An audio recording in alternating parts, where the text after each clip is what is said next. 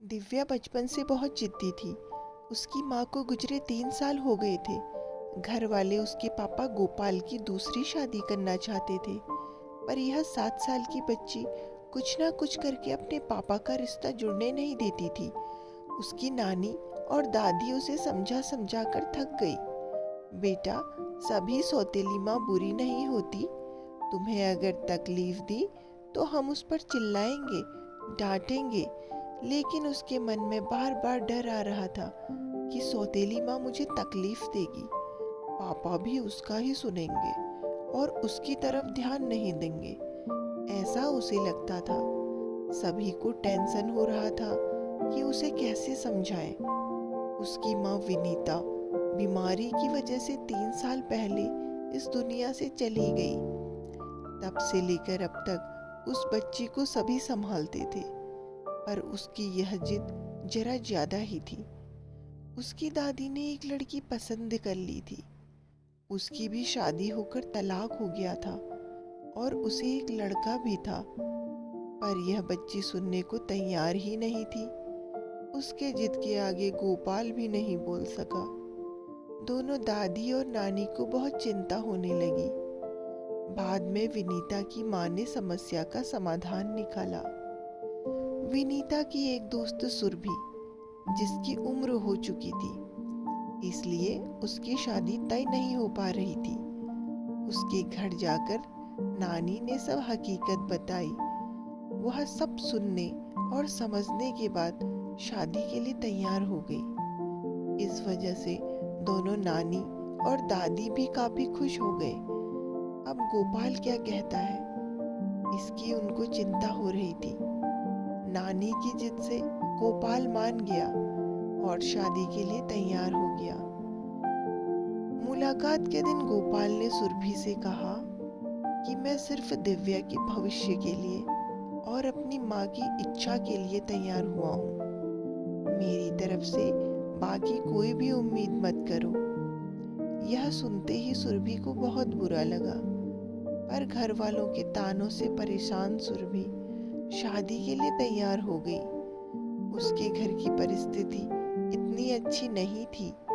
इस वजह से उसके माँ बाप ने सुरभि की शादी साधारण तरीके से की और जेवर भी नहीं दिए। दिव्या ने अपनी माँ का मंगलसूत्र भी नहीं देने दिया।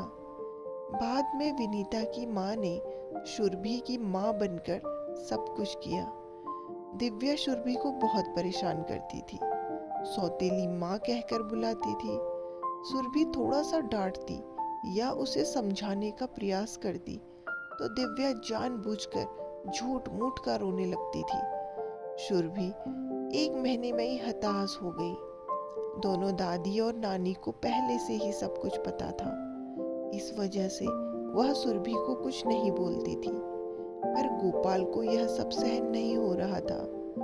जब परिस्थिति हाथ से निकलने लगी तो सुरभि ने अपनी सहेली के साथ मिलकर एक प्लान बनाया और गोपाल को असलियत का पता चले, इसलिए दिव्या के ड्रामों का वीडियोस बनाकर उसे दिखाया।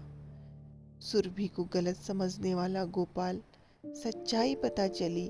उसने प्यार से दिव्या को समझाया कि इसके आगे तुम्हें सुरभि के साथ अच्छा बर्ताव करना होगा, उसकी सारी बातें सुननी होंगी। दिव्या ने काफी तमाशा किया, पर उसकी साइड लेने वाला कोई भी नहीं था। ये उसे समझ में आ गया था। उसको सुरभि पर बहुत गुस्सा आता था। सुरभि उसे बहुत समझाती थी। धीरे धीरे सुरभि और गोपाल का रिश्ता भी सुधर रहा था, पर पति पत्नी जैसा रिश्ता उन दोनों में नहीं था। सुरभि को बहुत बुरा लगता था। उसने अपनी इच्छाएं अपने मन में ही दबा दी।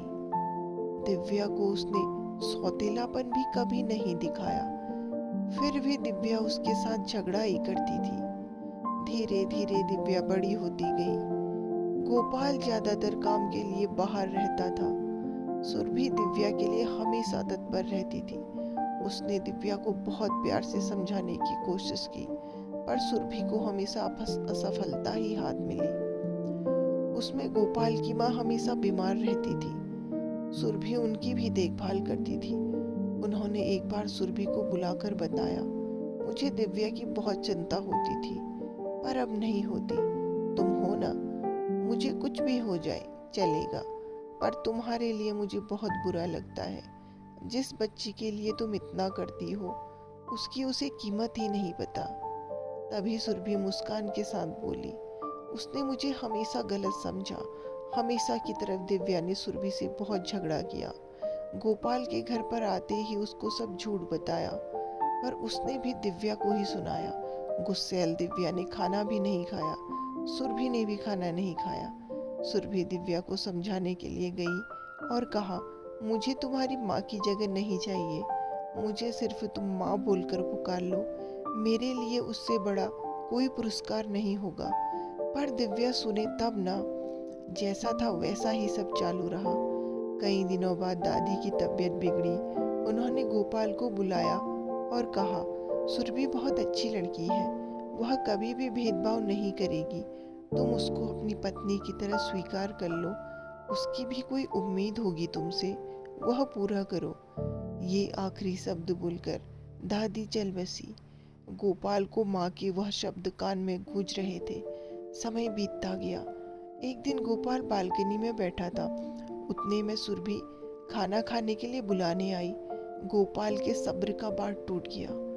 वह सुरभि की गोद में सर रखकर बहुत रोने लगा। आज 5 साल बाद पहली बार गोपाल और सुरभि इतने करीब आए थे। कई दिनों बाद वापस सब नॉर्मल हो गया। दोनों ही अब मन से नजदीक आ गए थे। अब दिव्या को भी समझ आने लगा था। वह भी जरा अच्छा बर्ताव करने लगी।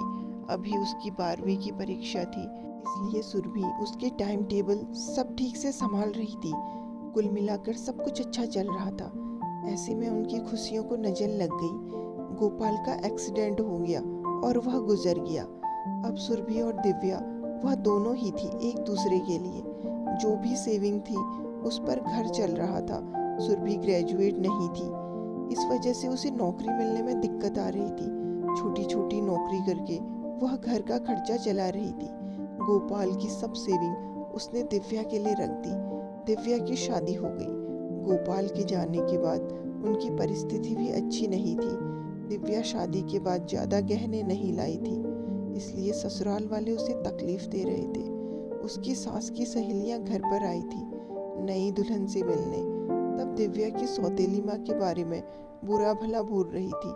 सौतेली माँ है ना, इसलिए ऐसा जानबूझकर किया होगा, सब कुछ खुद के लिए रखा होगा। दिव्या का खुद पर से नियंत्रण टूट गया। मेरी सुरभि माँ को बुरा भला बोलने का तुम्हें कोई हक नहीं है। आज वह है, इसलिए मैं हूँ।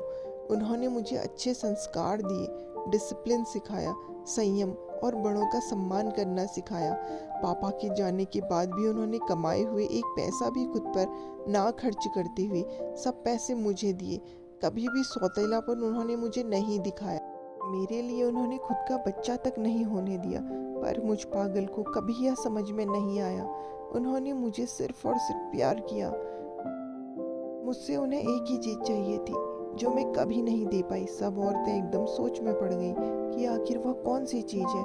उन्होंने दिव्या से पूछा उन्हें क्या चाहिए था। सच में बहुत महंगा गहना होगा, इसलिए तो उसने इतना एडजस्ट किया होगा। तभी वहाँ सुरभि आ गई और औरतें खुसुर खुसुर करते हुए हंसने लगी। सुरभि मन में डर गई। दिव्या ने ऐसा क्या किया होगा जो यह सब औरतें उसे देख रही है।